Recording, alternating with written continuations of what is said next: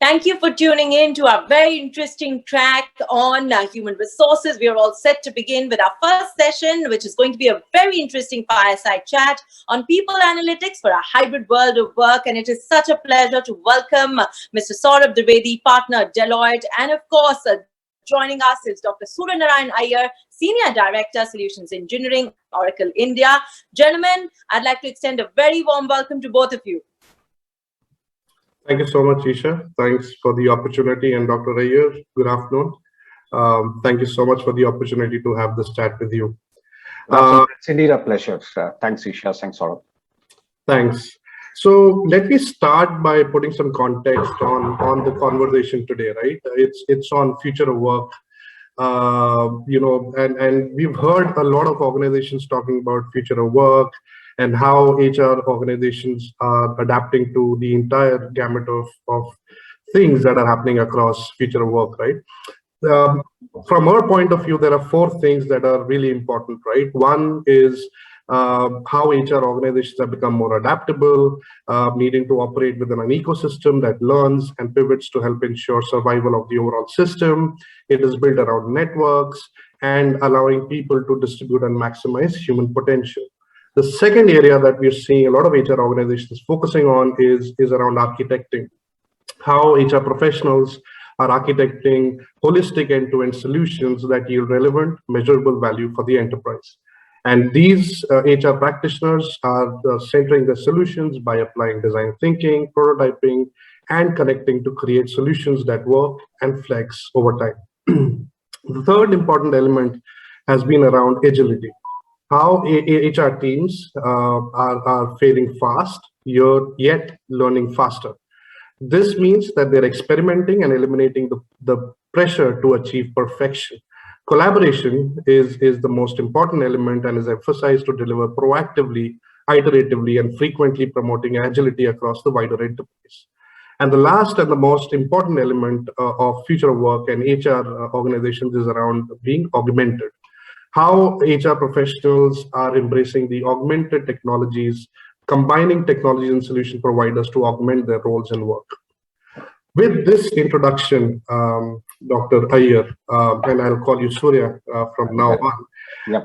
I just wanted to, get your thoughts, right? When we think about future of work and the advancements that have happened, especially in the past 18 months, given the onset of the pandemic, right. How do you think the HR functions have evolved themselves? And do you see any change in how HR functions are actually measuring their performance? Absolutely. I mean, that's a very relevant topic. And I think, Saurabh, you actually highlighted the four aspects that you spoke about. And that's indeed the reality of the pandemic and the post-pandemic reality. I would probably go a step further and go into the HR function. And I always believe it is the line manager, which is the larger HR function, so to say. And then there is the HR department, the facilitators, the change agents who drive things. So I see fundamental shifts in the way we are looking at not only measuring ourselves, but looking at how we are delivering that kind of an experience that we want for the employee, because that's the central piece that we're talking about. And I'm increasingly seeing the first change is the entire aspect of moving away from reviewing to coaching.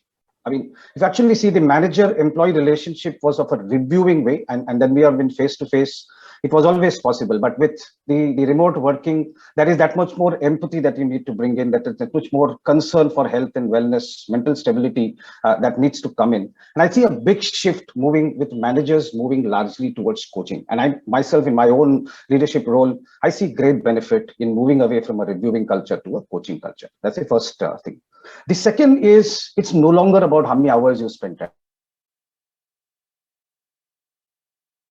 work, outcome orientation. So as long as the customer is happy, as long as you are delivering quality, I don't think there is a so that's the other shift that we are seeing in the current context. The third, and this is very significant, and I'm seeing this in earlier days when there used to be a significant meeting. I mean, the meeting room can house 20 people or 10 people or 15 people. And we used to select who are all going to be the people who are going to come into the meeting.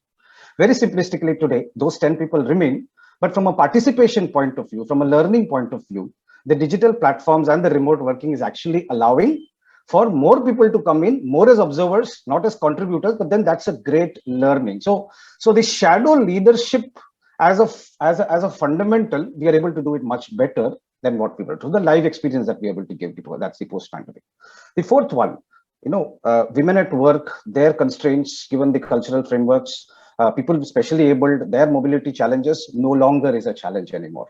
So diversity is another thing that we are extremely well set to move towards. And I see an increasing amount of diversity given these constraints that has gone away. And finally, the last one that I'm also seeing is the nature of employment. With remote working becoming a reality, the entire aspect of opportunity marketplaces and realizing the value of gig workforces is increasing. And hence the employment contracts, the shape of the employment contracts itself is undergoing a change. So to me, these are the five fundamental shifts where HR itself is seeing a change and measuring its own performance against, sort of. Very, very relevant. Thanks, Surya. So are you seeing a shift in how HR functions are actually measuring their performance now? What are the top 2 or 3 metrics that you're seeing, new metrics that HR is measuring at the moment? Correct. So I will not say there are new metrics. The fundamental levers and the dimensions are the same. It's just that the way we are looking at it and what we are measuring is, and that has relevance to what I said earlier, right? So 3 fundamental metrics that we always talk about, which is productivity. The second is engagement, and the third is experience. Correct.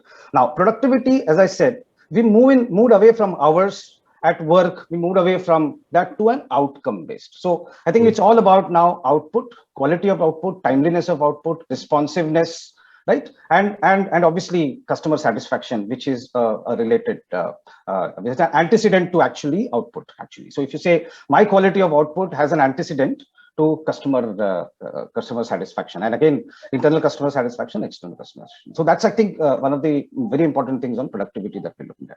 The second is on engagement, and when I look at engagement, it's actually a function of 3 things. It's about efficiency, it's about effectiveness, and it's about responsiveness. So if I look at employee as a centerpiece and I look at engagement, it's about adoption of my signaling processes. It's about adoption of the policies, and how I'm able to render it to them in a plus. Again, I always call it as a plus jumbo experience. To say earlier it was a transactional experience. Can I use digital technologies to make it a more beautiful experience, a wonderful experience for the employee? And I think the engagement is all about value creation through adoption and experience that we bring to the. And the third one, as I said, and that's why I'm bringing in experience, it's about the journeys, right? And the example that I always give here is, earlier a transfer transaction used to say, a person gets transferred from one location to another, and it used to be a system transaction to say a person moved from this department to this department or whatever.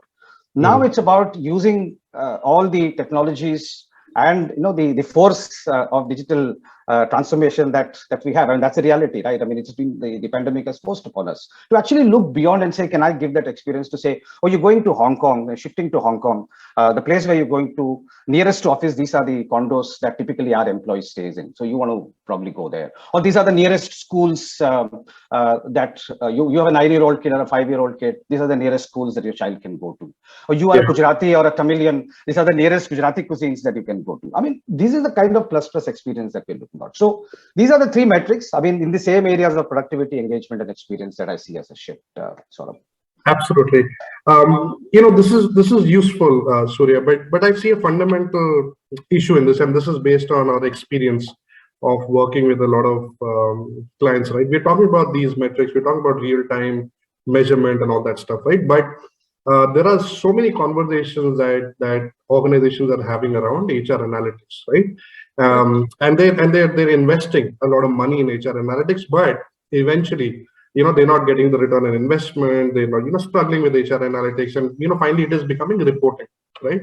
Okay. In your perspective, your experience, what have you seen as being the success metrics, or the success factors for creating, a strong HR analytics platform for an organization? Okay. This is very interesting, and we work with a lot of customers in this space, and when we typically go around adoption, because the first level obviously is automation, and an outcome of automation is the kind of data that you are able to collect, and then the associated analytics we are able to achieve. There are 4 fundamental levers that I always talk to people about, and from a conceptual point of view, I derive value in it. The first, and to me, the most important thing is data governance, right? And when I say data governance, it's about data timeliness, it is about data accuracy, correct? And more importantly, data ownership. A lot of times what happens is, organizations implement these systems, they automate their processes, they create loads and loads of data. But when it comes to analytics, their own trust in their own data becomes the biggest issue. And that comes from various factors, right? One is obviously the loss of control. And to say it doesn't happen here, data can say whatever, but it's the gut that is over the. So data governance has data ownership as a primary. And data ownership obviously has a dependent things like, should we have those excuses to say data is not accurate, data is not timely, data is not complete. So to me, data governance becomes very good. And one other piece of data governance is also data privacy. There are those ethical considerations that have to be looked at. What kind of data can I actually store? What can I not store? What can I process? What I cannot process? And it has to be done in the ambit of that. And to me, data governance includes that part in addition to data ownership. That's first part. That's the data ownership. The second is obviously a thorough infrastructure. And when I say infrastructure, well, there's the hardware, there's a software, and that the systems related to it. But to me, infrastructure is more about the architecture. It's more about my own readiness to say, what do I really want to do given my current context? I mean, the world can do whatever with analytics, but there has to be a contextualization to my organization. And to that extent, the infrastructure has to be ready. So it can be the system infrastructure, it can be the systems integration to each other, the amount of data that I want to use, what do I want to measure, and the realism associated to that. So to me, infrastructure is a larger subject that we're talking about. The third one is a skill set. No amount of data is useful unless and until we have the manager cognition to ask the right questions. So do we even know what questions do we want to measure? So I think this entire aspect about understanding what we want to measure and what are the right questions to ask. And this is my personal, and in this entire journey, that is this descriptive, diagnostic, prescriptive, we keep that, and I'm keeping that conceptual discussion aside. But it's very important to understand that it's not always the what questions that matter. Real analytics is when you're able to ask the why questions, the how questions, and what if questions. And I think if you change the nature of our questions towards the how questions, the why questions, and the what if questions, probably the utilization of analytics will be much better. And the last one is mindset. We ourselves have to drive adoption. If we don't trust our data, if we don't trust our own analytics, if we don't ask the questions, I mean, if we go into an attribution bias to ask questions that are more favorable to us rather than asking the hard questions that are good for the business, then probably we have an issue. And I think that is a fundamental mind shift of letting go our past ways of doing things and doing the new things. That is very important. So in summary, data governance, infrastructure, the right skill sets, and the mindsets is the four important critical aspects that I would say is a critical success factors for the analytics. And that's been the experience. I couldn't agree with you more. So Surya, very interesting. I think the last 2 points, right? I'll pick up on those, the skill sets and the mindsets, right? You've spoken more from a people manager, leaders perspective, but this also means that HR needs to learn new skill sets, right? Focus on new skills. So what, according to you, would be the skills of the future, next leap skills and all that? So what's your perspective on that? Okay, I have said one already, which is the analyst skills. It's about asking the right questions. It's about having the right mindset of letting go. It's about challenging status quo and say, so I think the first skill is about the mindset and the aspect about asking the right questions. So to that extent, understanding of business, having a research mindset, building those skills of how do you build hypothesis. I think those kinds of skills become important when you have to ask the right questions. And unless and until I have a thorough understanding of business and the context, I probably can't ask the right questions, right? So that's the first piece. The second piece is also related to the one which I call is a disruptor mindset. So I'm taking that to say, can I question status quo? Can I question those basic models? If somebody says, I can use digital technologies to do video interviews, right? I mean, technology can give you, it can do pattern analysis, it can give you. But then do I have the necessary will as well as the power within the organization amongst leadership to make that change? Right. So that's the second skill that I would say is very important. And to that extent, then it's the thinker skill that is important, because I can't do that until I can think out of the box. And if I get into this mode of not done here really, then it becomes a big issue. Now, having put all this together, which are basically all related to mindset and a different way of doing things, I should also be a believer in that. So I should be able to evangelize. It's all about the communication. It's all about be able to drive change. It's all about being able to take people on your side and drive adoption, because any amount of thinking, any amount of changing processes, any amount of implementing new systems and processes doesn't work if it is not adopted. So I think evangelism skill, thinking skill, disrupting skills, and analyst skills are the four new kinds of skills that I would say are the things that we should look at. HR otherwise has all the other skills, right? Empathy, talent. I mean, that's regular business. Yeah, that's a given, right? Those are the basic skills HR folks need to have. I think this is a good framework that you've given, and thanks, Surya, for that. Now, again, you alluded to this point in the response to the previous question. We've seen enough and more examples or use cases of exponential technologies across the entire value chain of the organization, right? So supply chain, logistics, marketing. HR has been a little slow in adopting or adapting to AI, ML, NLP, or whatever, right? You have chatbots here and there, but why is this happening? And what are some of the typical use cases that you see in the market of exponential technologies in HR? So the use cases of technologies, I mean, there are very clear good use cases in recruiting, particularly when we are talking about a job to employee match. And there's a lot of AI based search capabilities that you can go, where the quality of the search is much better than the typical contextual search. So AI based, ML based search with the right learning models is actually able to give us a good search. The second is, again, given the data set, and I spoke about data governance here, given the right amount of data sets, I also see a lot of promise in prescriptive career paths, in prescriptive learning paths. So I don't want to bloat it all together, but I'm saying there is a lot of thing where, you know, there is a persona based profiling that happens, and based on the persona based profiling using artificial intelligence and machine learning techniques, there is a lot that can be done and is being done in the area of learning prescription as well as career prescription. So I see clear use cases for that. But having said that, the flip side of this, and I'll quickly enumerate. I know I'm conscious of time. Very quickly, three important points. One is the complexity of the phenomenon, right? And when I say, I'll give you an example: individual performance, team performance, organization performance. We're still figuring out how to connect the three.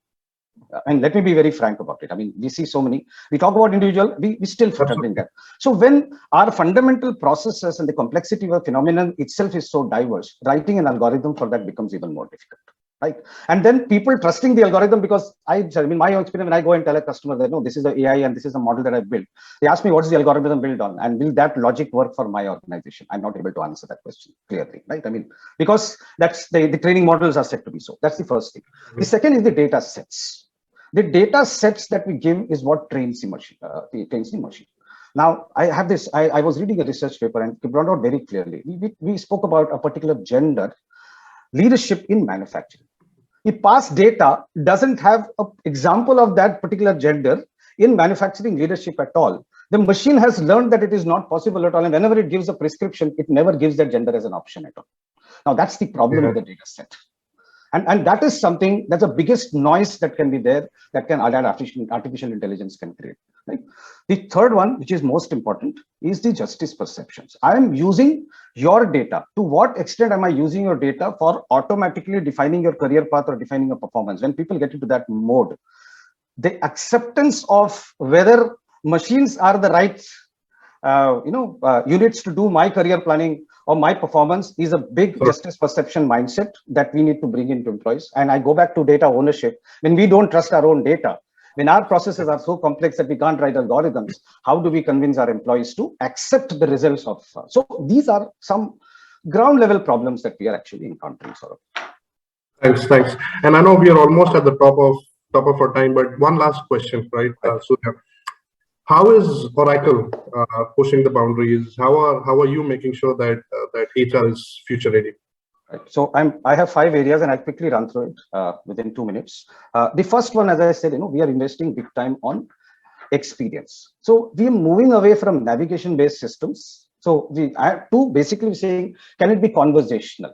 So, or can you be guided? So the question, if it is a transfer transaction, it'll ask me a question rather than making me follow a navigation. So it ask me a question: whom do you want to transfer? Why do you want to transfer? Which department to which department? So it's more question oriented and makes it very easy. The other is obviously the prevalence of mobile first digital bots, and Oracle is completely moving towards mobile first and digital bots. And that is what we call as a conversational UI, where you talk in your natural language with the system and get your things done. Right? The second piece of experience is about journeys, and I gave that experience of transfers. It's not about a transaction anymore. It's about the plus experience, right? So that's the first piece. The second piece is adoption. Adoption, I'll give you two examples. In the area of analytics, we have studied the industry. We come with pre-built analytics, right? So it helps drive adoption. Second is around dynamic skills. Every organization struggles, right? I mean, the talent management, the problem with talent management implementations, I don't have a skill ontology. So I am coming with a prescriptive skill ontology to say, can we, based on past experience? Obviously, we collaborate with the best of the consultants in the world. And that is the second thing that we do. The third thing is around contemporary digital technology. So we have these platforms. I spoke about gig and opportunity marketplace. The system has those platforms for exchange of gig workforce, internal gigs as well as external gigs, and the entire contract that happens between them. Also extending it to health, wellness, gamification. So that's where the fourth one is collaborative workplaces. How do you create continuous feedback? How do you create space for people for voice? So that's the fourth area that we're talking about. And finally, most important, it's not just about HR, right? It's about employee and employee experience. An employee can be a finance person, can be a procurement person, can be an HR person. So it's about giving everybody integrated processes. So we talk about integrated process, which is HR, finance, supply chain, customer experience at all the three levels: data, process, experience. And I think the journeys that I spoke about extends to a supply chain journey, a financials journey, and so on and so forth. And that's why journeys is what's the next investment point for us. So cross-pillar integration and journeys across are the kinds of innovative investments, Saurabh. Thank you so much, Surya. This was really insightful, really interesting. I know you had to rush at the end, but thank you so much for your perspectives. Found them really interesting. Back to you, Isha. Thank you so much, folks. Thank you so very much for that very insightful talk. I'm sure our audience had a lot to learn from you. May I also request our delegates to please visit the Experience Zone, connect with our partners at the partner booth, get to know more about their products and services. I'd also like to request all of you to visit us at the Innovation Zone with startup booths, get to know what exciting elements are there for you. There's a lot happening, many chances for you to win some very exciting